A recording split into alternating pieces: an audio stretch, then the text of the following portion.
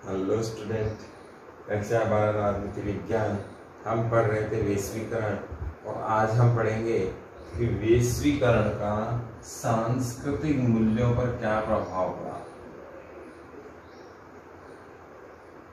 वैश्वीकरण का सांस्कृतिक मूल्यों पर क्या प्रभाव पड़ा, ये हम आज पढ़ेंगे। वास्तव में कल्चर वैल्यू की यदि हम बात करते हैं तो इसमें बहुत गहरा प्रभाव पड़ा है। जैसे सांस्कृतिक मूल्य कौन सी चीज होती है, हमें पहले ये समझना होगा कि सांस्कृतिक मूल्य वे चीजें हैं जो हमारी संस्कृति को बनाए रखती हैं।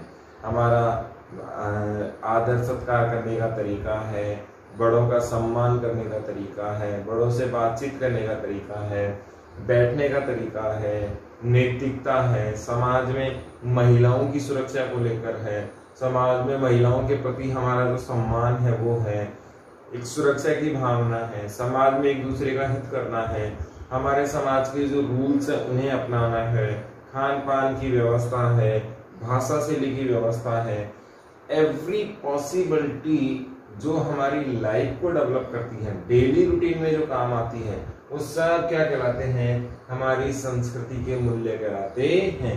और इन्हीं मूल्यों के आधार पर हमारा समाज बना है। अब सवाल उठता है कि सांस्कृतिक मूल्यों पर वैश्वीकरण का क्या प्रभाव पड़ा या वैश्वीकरण ने इन्हें कैसे प्रभावित किया है। सवाल क्या उठा कि सांस्कृतिक मूल्यों का वैश्वीकरण पर प्रभाव क्या पड़ा या कैसे प्रभावित किया है। आपने देखा होगा कि हमारे सादर प्रणाम करने में या किसी बड़े को सत्कार करने का तरीका बदल गया। पहले हम हाथ जोड़कर प्रणाम करते थे, फिर यूं पे आ गए। अब तो पता ही नहीं क्या कर रहे हैं, समझ भी नहीं आ रहा है या तो कैसे आना जाना। हम इंट्रोडक्शन करते हैं क्लास में एंटर होने का। शुरुआत में ये एंटर हमारा इस प्रकार से था, मे आई कम इन सर, मैं आ सकता हूँ श्रीमान। फिर इसमें बदलाव आया और बदला और बदला और बदला। किसका कारण है? वैश्वीकरण का ही है। टीचर और बच्चे का व्यवहार मित्रवत होना चाहिए, दोस्त की तरह होना चाहिए, इसमें कोई दो राय नहीं है।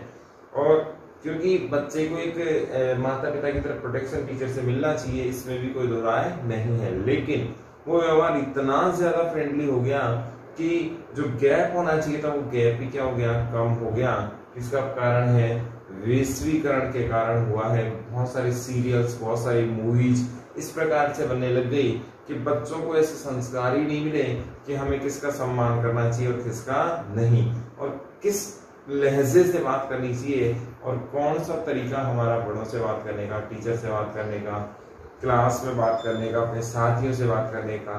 फिर इसके बाद आते हैं अपशब्द, अभद्रशाला, अभद्र भाषा। बहुत सारी मूवीज हैं, बहुत सारे सीरियल्स हैं, बहुत सारे पड़ोसी हैं, दोस्त हैं जो अभद्र भाषा का इस्तेमाल करते हैं। तो वो भाषा स्टाइल के लिए मान लीजिए, एक प्रकार के जश्न के लिए मान लीजिए, लेकिन वो लाइफ का हिस्सा बन चुकी है। ऐसे में हमारे सांस्कृतिक मूल्यों का क्या हो रहा है, पतन हो रहा है। और ये किसके कारण हुआ है? वैश्वीकरण के कारण ही हुआ है। वास्तव में देखा जाए तो हमारे जो सांस्कृतिक मूल्य है वो हमारी धरोहर है, हमारी आइडेंटिफिकेशन है, हमारी पहचान है। हम उन्नत भारतीय संस्कृति के बंदे हैं और ये संस्कृति पूरी दुनिया में प्रसिद्ध है, बहुत जबरदस्त तरीके से जानी जाती है। लेकिन वैश्वीकरण ने इसके धरातल पर, इसकी नींव पर चोट पहुंचाई है। ये किस प्रकार से भारत की संस्कृति जो विश्व में सर्वश्रेष्ठ संस्कृतियों में से एक है, इसको नुकसान पहुंचाया जाए। लेकिन इन सब के बावजूद भी हमारे इसमें सकारात्मक पक्ष भी है। क्या सकारात्मक पक्ष आया? पहले हमारे यहाँ इंडियंस लोग टाइम की वैल्यू नहीं जानते, टाइम की पंक्चुअलिटी हमारे यहाँ कभी हुई ही नहीं।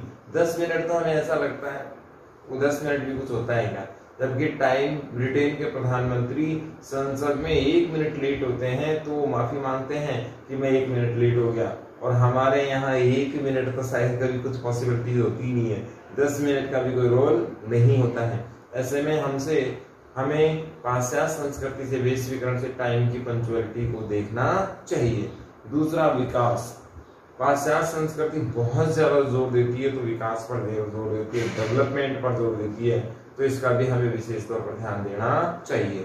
तीसरी बात हम लोग देखें तो ये अधिकार और लिबर्टी की बात करता है, स्वतंत्रता की बात करता है, नागरिकों को ज्यादा अधिकार देने की बात करता है, नागरिकों को अधिक स्वतंत्रता देने की बात करता है। आपको पता होना चाहिए कि संपन्न देश वही है जिस देश में नागरिक स्वतंत्र है, नागरिक संपन्न है। यदि नागरिकों को बंदिश बनाकर कार्य किया जा रहा है तो वहां लोकतंत्र आ ही नहीं सकता, उस समाज का विकास हो ही नहीं सकता। तो पश्चिम में भेदभाव नहीं पाया जाता। मैं ये नहीं कह रहा नक्सली भेदभाव वहां नहीं है, मैं ये भी नहीं कह रहा कि हिंसा नहीं होती, लेकिन भारत की तुलना में जाति जाति, क्षेत्रवाद, भाषावाद ऐसी चीजें वहां कम है। तो ये भी हमें वहां से सीखना चाहिए। वो अपना इंट्रोडक्शन इस प्रकार से करते हैं कि हम सब क्या हैं, एक। तो हम सब भी क्या होनी चाहिए, एक होनी चाहिए। एकता का भाव हमें उनसे सीखना चाहिए। फिर महिलाओं की स्थिति, ये भी हमें सांस्कृतिक मूल्यों में पश्चिम से बहुत ज्यादा जबरदस्त सीखने की आवश्यकता है। पश्चिम में महिलाओं की स्थिति बहुत ज्यादा अच्छी है, जबकि भारतीय समाज में महिलाओं की स्थिति नहीं है। हमारी कथनी और करनी में अंतर है।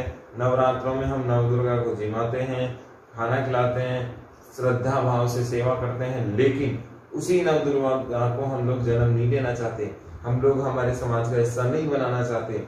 हाँ, वो एक अलग बात है, सेक्सुअल हरेसमेंट के कारण मान लीजिए, अपराधों के लिए मान लीजिए, दहेज के लिए मान लीजिए, एक बोझ सा लड़की का बन जाता है, वो एक अलग मैटर है। लेकिन फिर भी कहीं ना कहीं हम लोग उस बच्ची को पालना ही नहीं चाहते, उस बच्ची को इस दुनिया में लाना ही नहीं चाहते, जिसके कारण आधा संस्कार, आधी जनसंख्या है, या यूं कहें संपूर्ण जनसंख्या का आधार ही बच्ची है। तो ऐसी स्थिति में पूरी सृष्टि का पालनहार भी बच्ची ही है, क्योंकि भरण पोषण परिवार का लड़कियों के द्वारा ही होता है, महिलाओं के द्वारा ही होता है। जो आधार है, नींव है, उसी का सम्मान हम लोग नहीं कर रहे, क्योंकि ऐसा कोई व्यक्ति है ही नहीं जो माँ के गर्भ से जन्मा ना हो। तो हमारा जो मूल आधार है, हमारे जो यूं कहें कि उसके बिना कुछ संभव ही नहीं है, तो वो क्या है, महिला ही है। तो उसका सम्मान होना बहुत जरूरी है। इसके बाद हमारे समाज में सबसे ज्यादा इम्पोर्टेंट चीज अगर आती है तो वो आती है कहीं ना कहीं सामाजिक संरचना। हमारी सामाजिक संरचना में भी जो प्रभाव पड़ा है वो पश्चिमी का बहुत ज्यादा पड़ा है। इसमें हमारे यहाँ अभी एकल परिवार बहुत ज्यादा आ रहा है, हम दो हमारे दो पर बहुत ज्यादा जोर दिया जा रहा है, जबकि संयुक्त परिवार की व्यवस्था बहुत ज्यादा होनी चाहिए थी। भारत की विशिष्ट पहचान थी संयुक्त परिवार, लेकिन अभी जो पश्चिम का वैश्वीकरण का जो प्रभाव पड़ा है, पश्चिमी सभ्यता का जो हमारे ऊपर प्रभाव पड़ा है, इसमें नई विचारधाराएं निकल कर आई रही हैं, एकल परिवार। तो हमने क्या क्या सीख लिया, महिला सर्वश्रेष्ठ है, हमारे जीवन का आधार है, उनके बिना संसार की कल्पना नहीं की जा सकती, और वो देवतुल्य ही है, क्योंकि पालनहार, जन्म देने वाला ही क्या होता है, देवता होता है। तो उनका सम्मान हमारे समाज में होना चाहिए। एकल परिवार की जगह संयुक्त परिवार होना चाहिए। हमारा जो नैतिकता है, व्यवहार, उसमें बदलाव आना चाहिए। समय के पाबंद हम होने चाहिए और विकास पर जोर देना चाहिए। तो ये हमारे वैश्वीकरण का हमारे सांस्कृतिक मूल्यों पर पॉजिटिव और नेगेटिव प्रभाव पड़ा है। इसमें अगला बिंदु है वैश्वीकरण का परिणाम, यानी कि वैश्वीकरण के रिजल्ट्स क्या निकले। वास्तव में अगर देखा जाए तो उसका रिजल्ट्स क्या आया, तो पहला तो इसमें एक रिजल्ट आया, वो है दुनिया का एक नेटवर्क। पूरी दुनिया एक नेटवर्क में समा चुकी है, पूरी दुनिया एक हो चुकी है। हमने देखा था वैश्वीकरण का मतलब है दुनिया का एकीकरण, वैश्वीकरण का मतलब है पूरी दुनिया को कनेक्ट करना। तो ये क्या है, एक नेटवर्क होना क्या है, वैश्वीकरण की पहचान है। अब इसमें फर्क क्या पड़ेगा, पूरी दुनिया की अर्थव्यवस्था एक हो गई, पूरी दुनिया का मेडिकल एक हो गया, पूरी दुनिया का व्यापार एक हो गया, रोजगार एक हो गया। हम जानते हैं अरब कंट्री में बहुत बड़ी मात्रा में भारतीय हैं, कनाडा में बहुत बड़ी मात्रा में सिख हैं, ऑस्ट्रेलिया और अमेरिका में बहुत बड़ी मात्रा में भारत के स्टूडेंट्स हैं। तो कुल मिला के कहा जा सकता है कि पूरी दुनिया का व्यापार और मनुष्य एक दूसरी जगह जा रहे हैं। किसकी वजह से, नेटवर्क की वजह से, वैश्वीकरण की वजह से। और इसका प्रभाव हमें साधारणतः देखने को मिलता है कि पूरी दुनिया एक जगह ही शामिल हो गई है, एक नेटवर्क में जुड़ चुकी है। दूसरा प्रभाव इसमें क्या पड़ा, एक देश का प्रभाव दूसरे देश पर सीधा पड़ता है।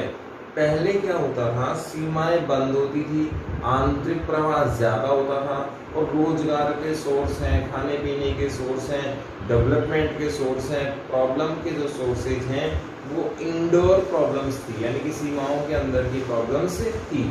लेकिन जैसे ही वैश्वीकरण आया, हम पड़ोसी की सीमा से तो हमेशा रही है समस्या, दूसरे देशों से भी समस्या होने लगी। जैसे खाड़ी युद्ध की बात कर लें हम लोग, अरब इजराइल संकट की बात कर लें, चीन अमेरिका संकट की बात कर लें, रसिया अमेरिका संकट की बात कर लें, अब हम नहीं बच सकते। कहीं भी दुनिया में कहीं भी कोई संकट आएगा तो उसका प्रभाव एक दूसरे देश पर पड़ना ही पड़ना है। क्यों पड़ना है? क्योंकि वहाँ से व्यापार जुड़ा हुआ है, वहाँ से कारोबार जुड़ा हुआ है, वहाँ से बहुत सारी व्यवस्थाएं जुड़ी हुई हैं, इलेक्ट्रॉनिक व्यवस्थाएं जुड़ी हुई हैं, नेटवर्क जुड़े हुए हैं, कहीं ना कहीं सीधा प्रभाव पड़ता है। जैसे मोदी जी की पॉलिसी की बात करते हैं, बहुत सारे लोग अभी एक आरोप लगा रहे हैं कि देश बेच रहे हैं, देश बेच रहे हैं, देश बेच रहे हैं। देश नहीं बिक रहा है।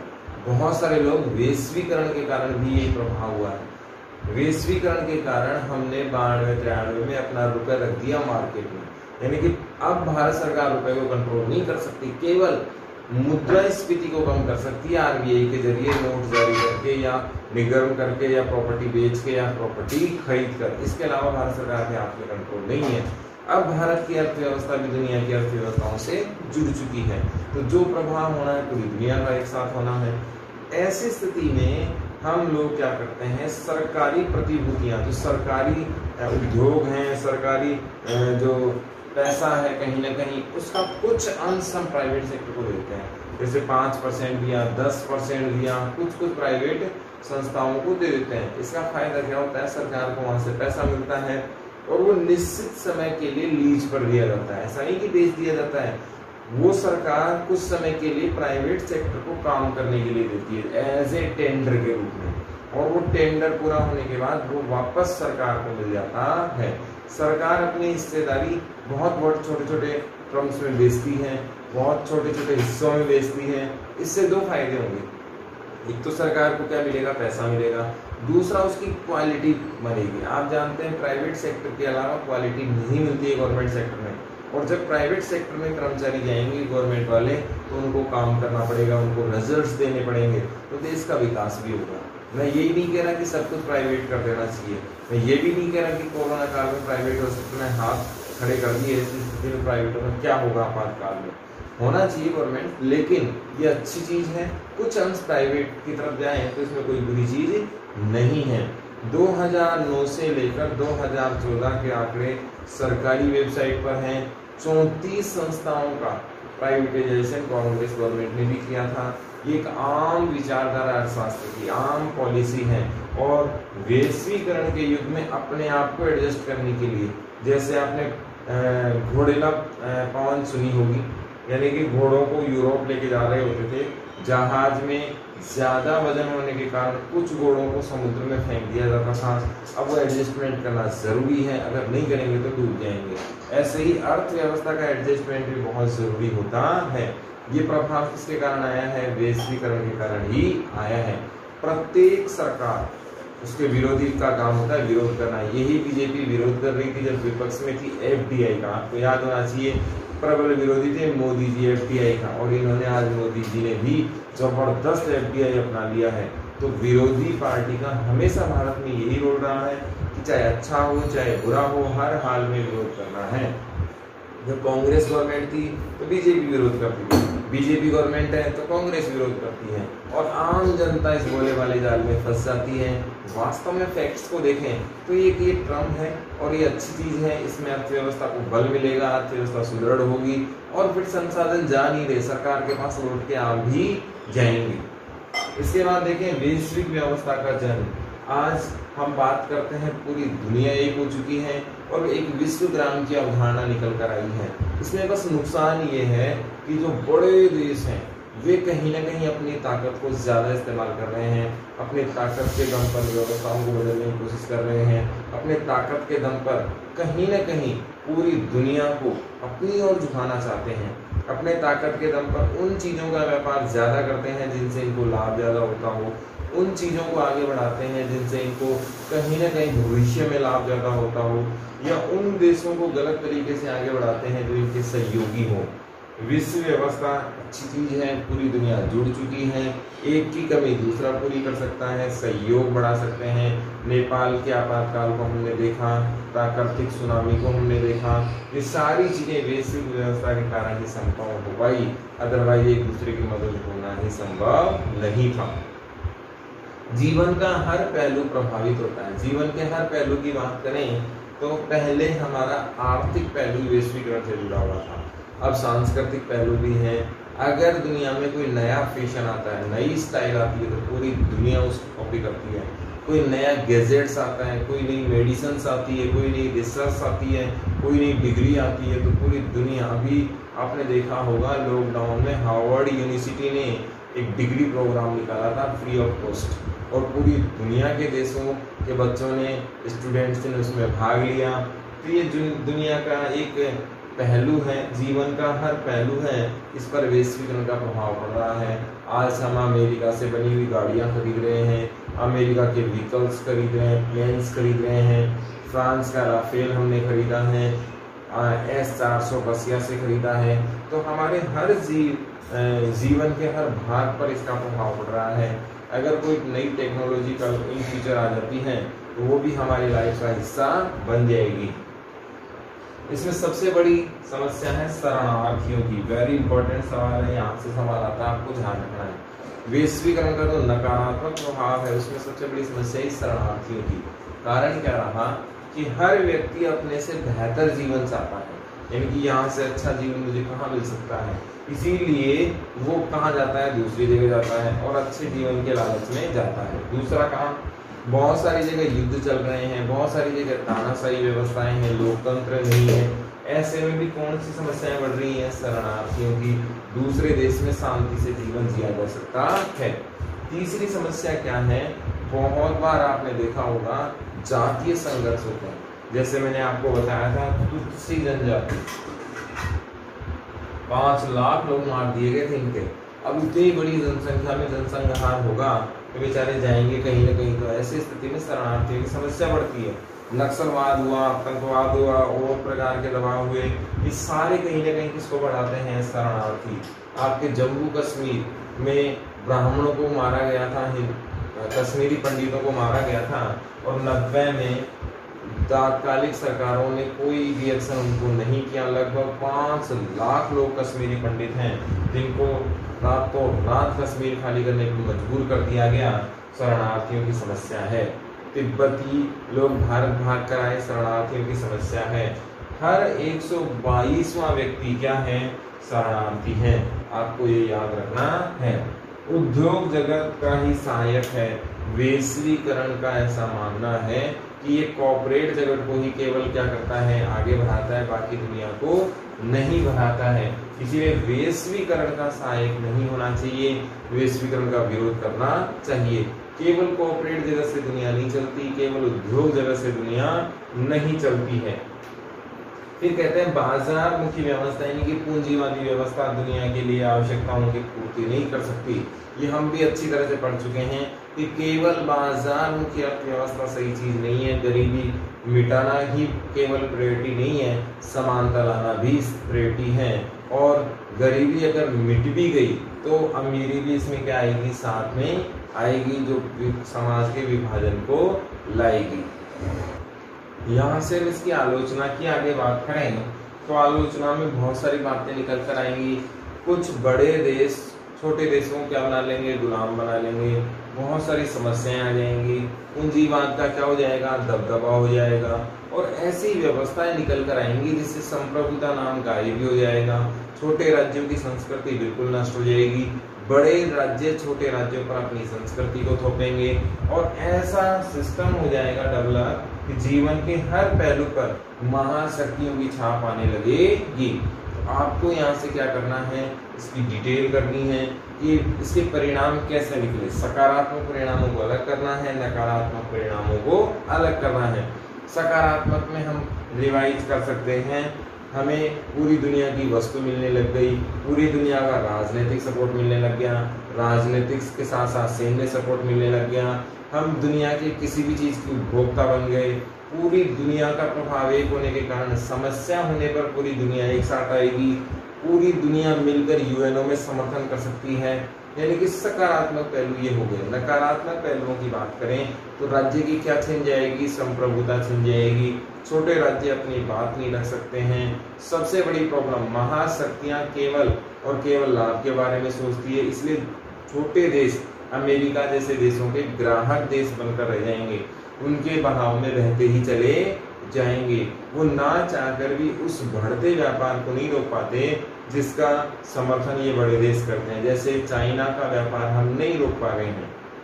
अभी कल डीएनए में एक रिपोर्ट्स आई थी और उसमें लिखा हुआ था, जी न्यूज़ का डीएनए आता है रात को 9 बजे, उसमें था कि प्रत्येक फोन जो चाइनीज है वो कहीं ना कहीं सिक्योरिटी पर्पज से सही नहीं है, वो आपका पर्सनल डाटा कहीं ना कहीं सर्वर पर भेज रहा है, वो भी आपकी बिना परमिशन के। उसमें बहुत सारे एप्लीकेशंस ऐसे हैं जिसमें वीवो क्लाउड है, जो आप रीसेट भी नहीं कर सकते या उसे डिलीट भी नहीं कर सकते। ऐसे प्री अपलोड एप्लीकेशन आपकी बिना परमिशन के आपके डाटा को कैप्चर करते रहते हैं, तो कहीं ना कहीं हमारी सिक्योरिटी से खिलवाड़ है और इसी कारण बाइकाट चाइना मुहिम चली है। तो कहीं ना कहीं ऐसे देशों से चाहकर भी लोग, छोटे देश लड़े नहीं सकते, क्योंकि टेक्नोलॉजी में बहुत ज़्यादा एडवांस है। आजकल बग सिस्टम आ रहा है, वायरस सिस्टम आ रहा है, आपके सिस्टम में वायरस भेज दिया जाएगा और आपको पता ही नहीं लगेगा कब वेबकैम ऑन है, कब मोबाइल का कैमरा ऑन है, और आपकी पूरी डिटेल्स कोई ना कोई कॉपी कर रहा है। तो वैश्वीकरण में बड़े देश कहीं ना कहीं क्या करते हैं, दादागिरी करते हैं। तो हमने पॉजिटिव और नेगेटिव परिणाम यहाँ पर देख लिए। इसके साथ ही हमारा वैश्वीकरण चैप्टर यहाँ होता है समाप्त।